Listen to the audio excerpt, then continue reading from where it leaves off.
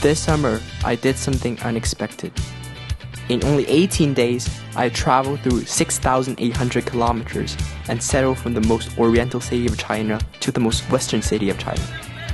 This is not only a marvelous journey to glance at my own country through different aspects and angles, whether it's the delicate paintings of Dunhuang or state-of-the-art technological innovations with AI. It is nonetheless a great way to explore yourself as a person. I'm really thankful for this unprecedented opportunity. My name is Aiden. I'm coming to Ontario for high school this fall, and I'm glad to join the World Pacer program. This is my first World Pacer journey, and I'm glad to share my thoughts with you. World Pacer is not only a learning institute where students prepare for exams and follow rigid class rules. I would imagine World Pacer as a classroom, but breaking the traditional definition of the word classroom. Classroom is no longer a place to hear lectures, but the whole world is our classroom. Old school blackboards and desks? How about shifting them into the magnificent Great Wall? How about the wall where Egyptians wrote hieroglyphics? This is World Pacer, where class knowledge was used in practical situations. Aiden 乍一看会感觉哇好有魅力啊，但当你拿着放大镜去看他的时候，看他每一天的生活，每一个小时每一秒钟的表现的时候，你发现这还是个没长大的孩子。所以怎么能够找到一条有效的路径，让 Aiden 迅速成长成为一个男人，而不是停留在一个男孩的水平，这可能是我的命题。 Alex is a professor at the Renmin University of China. He is not only a good teacher, but also a good buddy. He is encyclopedia, he is the compass, and he is a good counselor. He always captures our emotions and communicates us in the most supportive way as possible.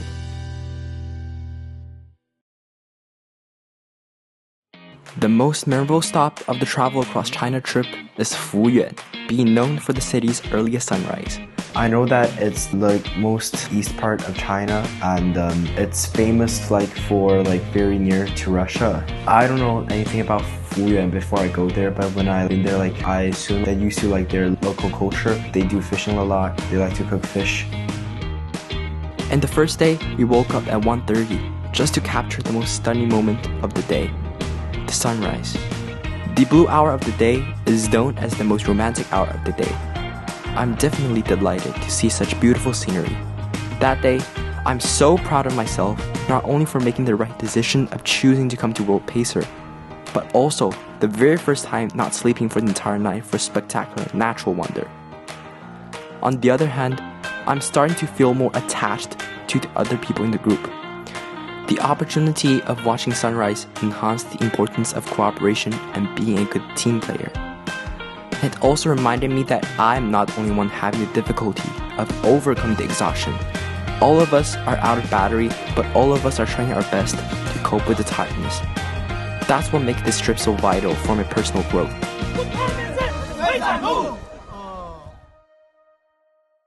我们从富远去哈尔滨呢，其实选的是卧铺，让孩子们坐上10几个小时，折腾一宿。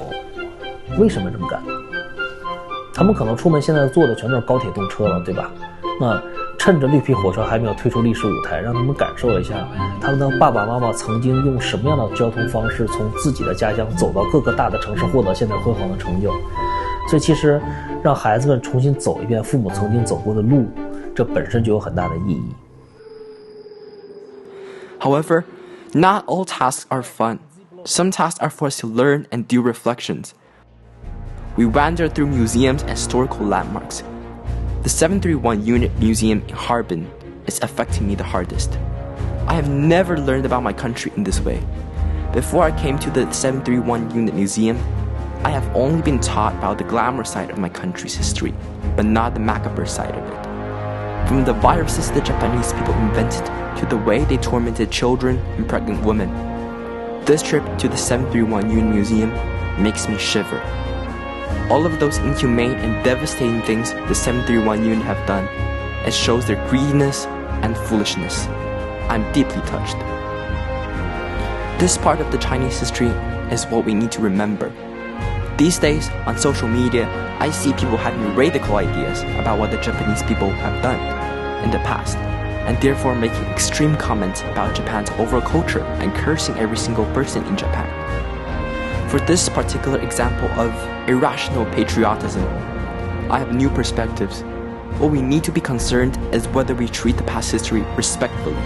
I'm not trying to say that what the Japanese people have done is not worth remembrance. On the contrary, I am so sad that I feel being shattered into pieces. The sorrow inside me acts like a forever agony. Through the reflection of past history, I think we are supposed to be advancing and thinking critically, to avoid being sympathetic, but not to curse a whole country for what a unit has done because of its fatuous decisions. This is the meaning of this trip, to be able to feel empathetic about the people who are tortured and avoid making the fatuous decisions.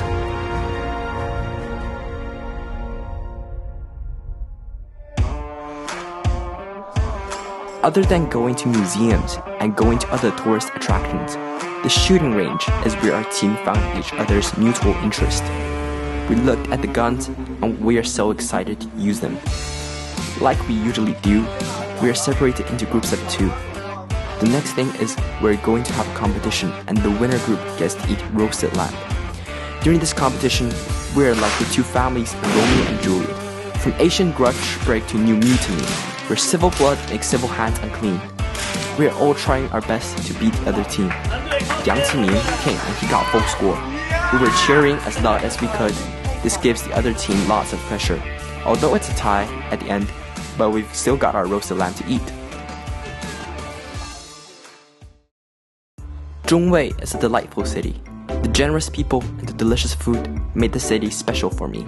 The warm welcoming of Babao Cha is sweet and soothing. It is a local delicacy and the people here usually enjoy it with the bean noodles. The meat is tender and the bean sauce is soft. This distinctive combination is a traditional breakfast that has been served for hundreds of years. Right after we finished our delicious breakfast, we found our way in the vast desert of Tungo, being known for its use of separation between the provinces of Inner Mongolia and Ningxia. We did a lot of fun things on the desert, like hop in our off-road vehicles and start driving through dunes. Also driving motorcycles totally on our own. Before I go to the Tungo Desert, usually I'm the one who is sitting on the vehicle and not being able to try it out myself. But this is a brand new experience where I hold my breath, hoping that I will not shake my coach off the car.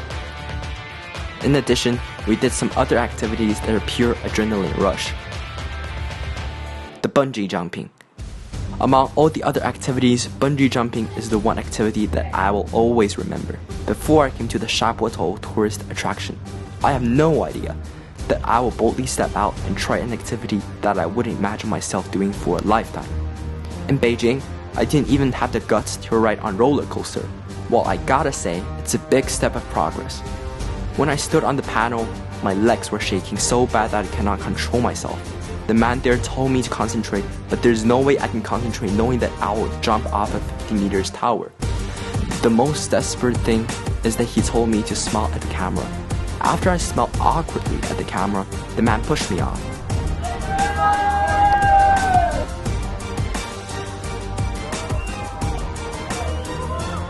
At first, I felt a strong weightlessness. It's not like the one I experienced on the pirate ship. It's stronger. The trip to Zhongwei taught me a lesson. Everything is worth trying. Don't give up on something because of past prejudices. You believe that bungee jumping is dangerous and not worth trying. But if you ever try doing it, it's going to be an experience you will never forget until the day you die.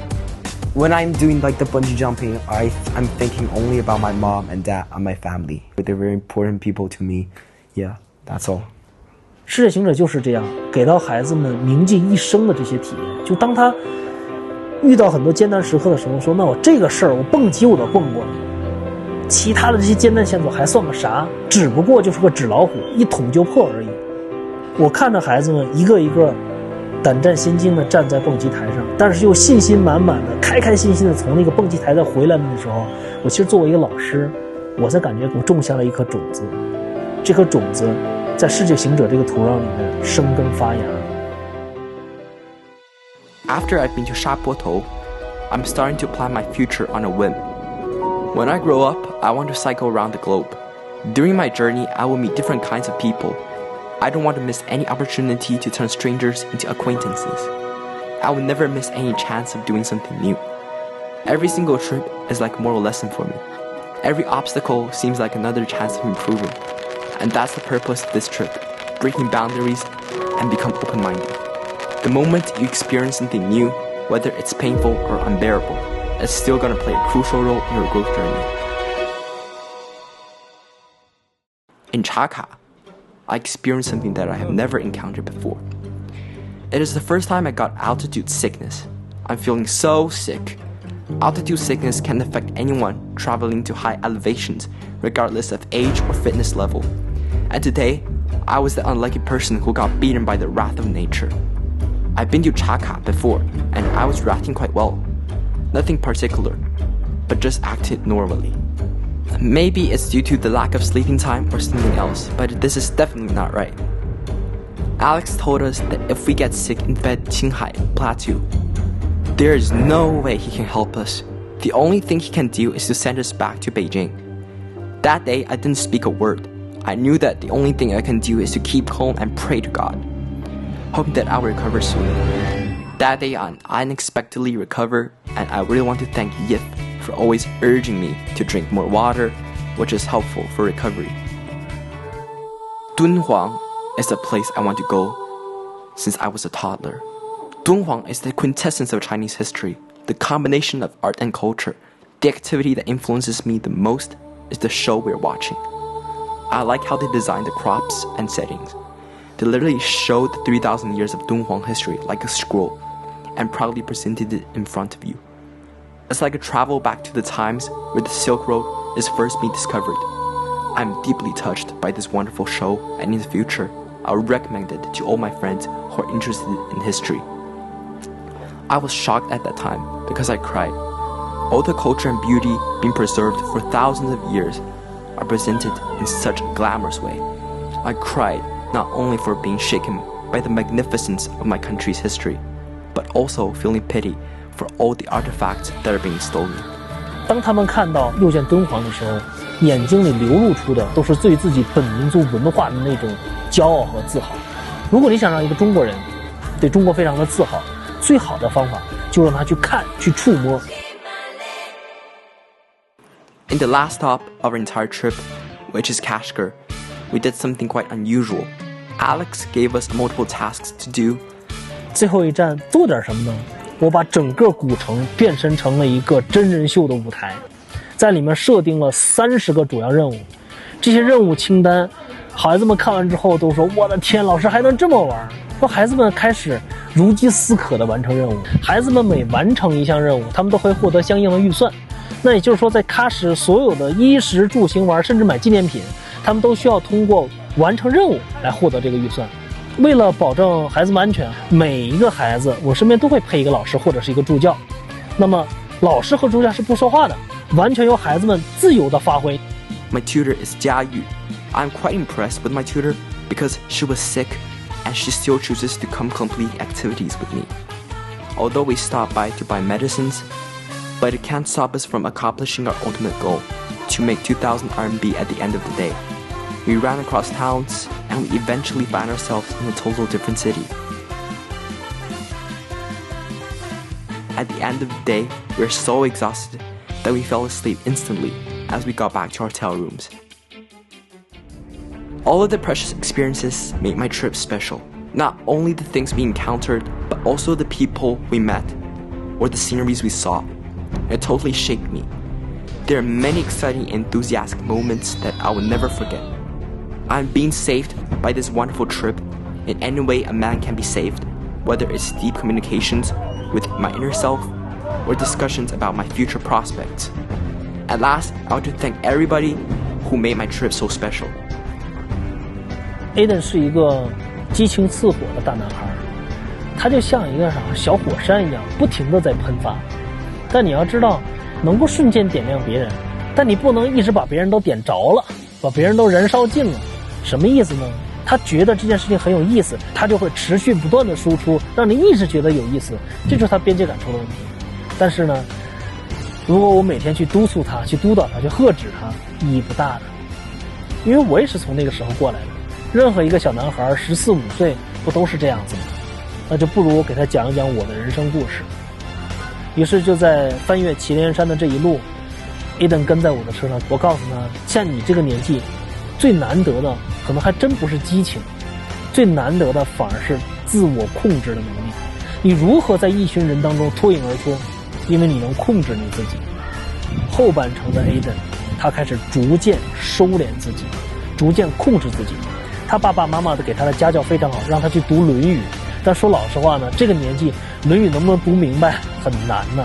不如干嘛呢？让他在真实的社交场景当中去犯错，犯了错之后，把我的人生故事教给他，让他去模仿，这样他的成长速度是最快的。我太美人，非常酷。